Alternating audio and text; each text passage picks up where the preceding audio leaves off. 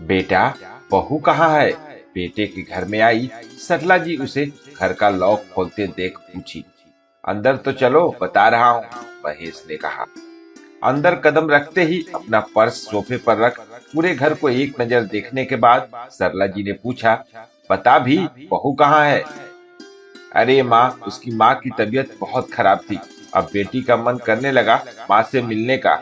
जाना तो मुझे भी चाहिए था उन्हें देखने, पर आपके आने का था, इसीलिए मैं नहीं गया। चंचल आज आ जाएगी, उसे पता है आप आने वाली हैं। महेश रसोई में जाकर चाय चढ़ाते हुए बोला।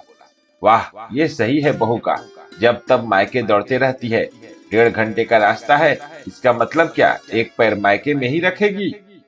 नाक मुंह बनाती सरला जी बोली। कमाल करती हो माँ तुम भी। पता है, जब मैं बोला यार माँ आ रही है और तुम यहाँ नहीं रहोगी, उन्हें अच्छा नहीं लगेगा। तुम मेरी पत्नी हो और तुम्हें मेरी जरूरतें समझनी होगी। पता है तब उसने क्या कहा? मैं सिर्फ आपकी पत्नी नहीं, किसी की बेटी भी हूँ। जब मम्मी जी और पापा जी को आपकी जरूरत होती है, तब तो आप एक पल को भी नहीं सोचते, तुरंत ही रवाना हो जाते हैं। पर हम औरतें पहले आप लोगों को सोचती हैं, बाद में मायके का। ऐसे में कई बार तो अंतिम दर्शन भी मुमकिन नहीं हो पाता। मैं वो स्थिति नहीं देखना चाहती। मम्मी जी के आने से पहले आ जाऊंगी, पर अभी मुझे अपनी माँ को देखने जाना है। अब आप ही बताइए माँ, मैं उसे कैसे रोक सकता था? महेश ने कहा। बेटा, शादी के बाद हर औरत के लिए पहले पति और ससुराल होता है, बाद में मायका।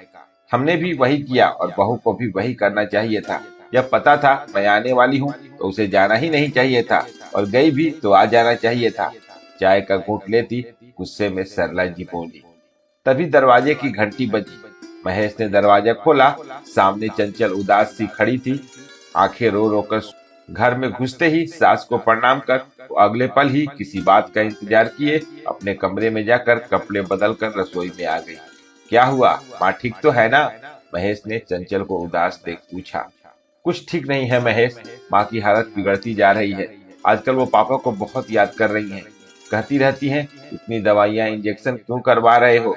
जाने दो अपने पापा के पास। माँ शायद अब जीना ही नहीं चाहती। मेरा जरा भी मन नहीं कर रहा था उन्हें ऐसी हालत में छोड़कर आऊं, पर आना भी तो जरूरी था ना, माँ जो आई हैं। चंचल का उदास और धीमा स्वर बाहर दरवाजे पर खड़ी सरला जी के कानों में घुस पड़ा। कहते हैं अपना बीता समय ऐसे ही वक्त पर याद आ जाता है। सरला जी भी तो अपने पिता की अंतिम समय पर पहुंची थी, पति की पत्नी बनकर, बच्चों की माँ बनकर। जिम्मेदारियों के बीच ऐसी उलझी कि आजकल करते करते पिता ही दुनिया से चले गए, और सरला जी जब पहुंची, पिता के दर्शन भी नसीब ना हुए। सहसा वो कुछ सोचते हुए रसोई में आकर सामान्य बनते हुए चंचल से पूछने लगी, कैसी है समधन जी? पता नहीं कब हमें छोड़कर चली जाए, कहते हुए चंचल फफक पड़ी। बहू, फिर तो तुम्हें उनके पास होना चाहिए। तुम्हें याद रखना चाहिए, पहले तुम किसी की बेटी हो। हम औरतें सच में शादी के बाद इसी धारा पर चलते रहते हैं। शायद मैं भी तुम्हें उसी धारा पर चलने की शिक्षा देती, पर आज याद आ गया। मेरे पिता मेरा इंतजार करते चले गए। मैं पत्नी के फर्ज निभाने में, बेटी भी हूँ, भूल ही गई थी। तुम ऐसा गलती मत करो। मैं 10 दिन के लिए आई हूँ, ये सोचकर तुम उन्हें छोड़कर चली आई हो। कल को भगवान न करे समधन जी को कुछ हो गया तो ना तुम मुझे माफ कर पाओगी, ना मैं खुद को अपराध मुक्त कर पाऊंगी।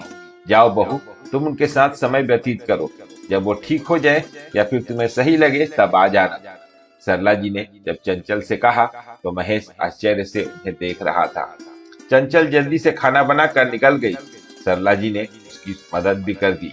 माँ, अब पहले तो कितना कुछ कह रही थी, फिर अचानक से चंचल को जाने कैसे दिया?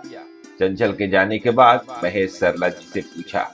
कुछ नहीं बेटा, बस तेरे नाना की याद आ गई और अपनी पत्नी और बेटी के फर्ज, पुरानी यादों ने जख्म ताजा कर दिए। मैं समझ गई, अभी बहू को बेटी की जिम्मेदारी निभाने दो। पत्नी की जिम्मेदारी तो मरते दम तक निभा ही लेती है, सरला जी एक लंबी आह भरते हुए बोली।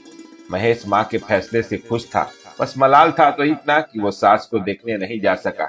जैसे जरूरत पड़ने पर चंचल उसका साथ निभाने से पीछे नहीं हटती। 2 दिन बाद ही चंचल की माँ दुनिया से चली गई। सब काम क्रिया के बाद उदास चंचल जब अपने घर आई, सास को पकड़कर खूब रोई और बोली, माँ, आपने मुझे समझा और माँ के पास भेज दिया, नहीं तो शायद मैं माँ को फिर कभी देख ना पाती। सरला जी बहू को बस इतना ही बोली, कभी कभी पुरानी बातें याद आ जाए तो रिश्ते बिगड़ने से पहले सुधार लिए जाते हैं। बस मुझे अपना समय याद आ गया, इसीलिए तुम्हें भेज दी।